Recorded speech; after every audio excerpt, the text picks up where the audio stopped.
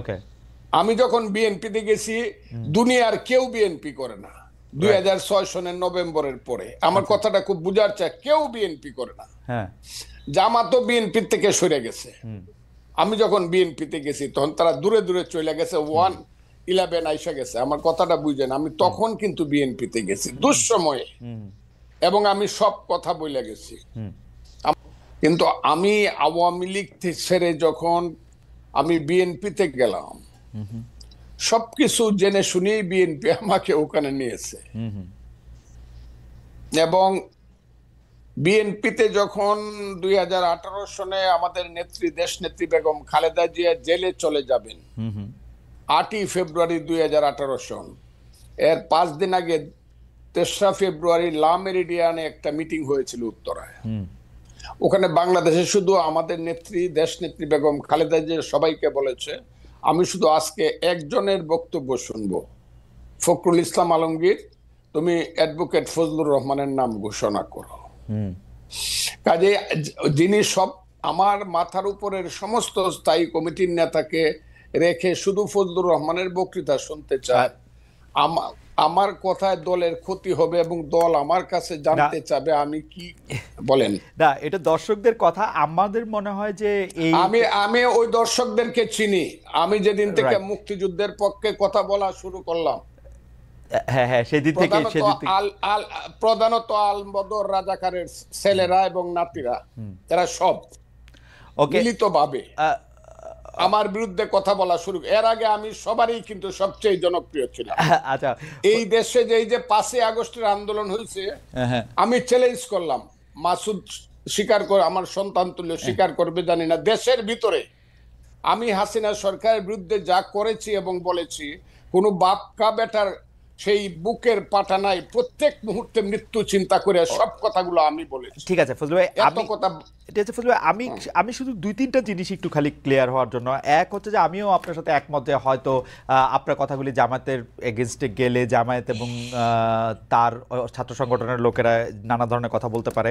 আমি শুধু 2-3টা জিনিস একটু কুইকলি জানতে চাই। 90-এর গণ আন্দোলনের পরে 3 জোটের রূপরেখাতে যখন ছিল কোনো দলই স্বৈরাচার বা রাজাকারদের কাউকে নিবে না, বিএনপি সবার আগের থেকে গিয়ে যখন তাদেরকে নিল, বা 2001 সালে যখন তাদেরকে পতাকা দিল গাড়িতে, তখনও কি আপনি একইভাবে প্রতিবাদ করেছিলেন?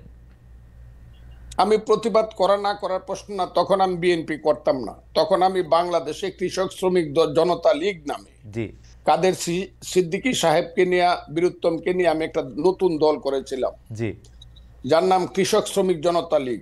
এবং 2001 সনে আমি গামছা মার্কার নমিনেশন নিয়ে, গামছা মার্কা নিয়ে ইলেকশন করিয়া আব্দুল হামিদের সাথে কন্টেস্ট করিয়া, অনেকে বলে পাশ করছিল, গণায় আমি ফেল করছিলাম, তাদের গণায়। আমার কথাটা বুঝেন, আমার ওইটা আপনি দেখে নিয়েন, আমার সাথে গামছা মার্কা এবং নৌকা মার্কা ভোটের ডিফারেন্স কত ছিল। যা হোক, আমি সেটা বলতে চাই না। কাজে আমার তখন প্রতিবাদ করা না করা, আমি তখন আরেকটি রাজনৈতিক দল করতাম। এখন যদি আপনি আমাকে 26 বছর পরে জিজ্ঞাসা করেন আপনি প্রতিবাদ করছিলেন কিনা, আমি তো সেদিন বিএনপি করতাম। ওকে, এটুকু আমার জানা ছিল। আপনি যখন বিএনপিতে জয়েন করেন তখন কি এই ব্যাপারগুলিকে এভাবেই দেখে আসতেছেন? তো আপনি যখন বক্তৃতা দিচ্ছেন, বেগম জিয়াও শুধু আপনাকে শুনতে চাচ্ছেন, তখনও কি আপনি এই ব্যাপারগুলিকে এইভাবেই পাশে আসছেন? কেন আমি এই প্রশ্ন করছি, আমরা কিন্তু দেখেছি যে বিএনপির বর্তমানে যিনি ভারপ্রাপ্ত চেয়ারম্যান আছেন, তিনি বঙ্গবন্ধুকে পাক বন্ধু বলেছেন একাধিকবার। তো সেইটা আপনার রাজনীতির সাথে ঠিক নাকি? বিএনপি একটি বহু মতের দল। আমি বলি, বিএনপি আমি বললাম বহুমতের প্ল্যাটফর্ম। এখানে অনেক ফুল আছে, এই বাগানে অনেক ধরনের ফুল আছে। আমি সেখানে গেছি এবং কথা বলেই গেছি। তখন তারেক রহমান সাহেব দেশে ছিলেন না। আমি যখন বিএনপিতে গেছি, দুনিয়ার কেউ বিএনপি করে না। 2006 সনের নভেম্বরের পরে আমার কথাটা খুব বুঝার চাই, কেউ বিএনপি করে না। জামাতও বিএনপি থেকে সরে গেছে।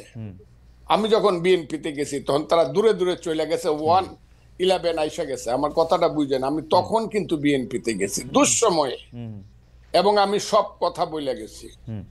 আমার কথাটা খুব ক্লিয়ার। আমি দেশনেত্রী বেগম খালেদা জিয়া কি বলবো, কি করব, আমি ক্লিয়ার বলে গেছি, আমি আপনার দল করব, আপনি আমাকে চান। দেখেন, উনি কিন্তু এখনো জীবিত। কাজে উনি কথাটা লন্ডন থেকেও শুনবেন, সবাই শুনবে।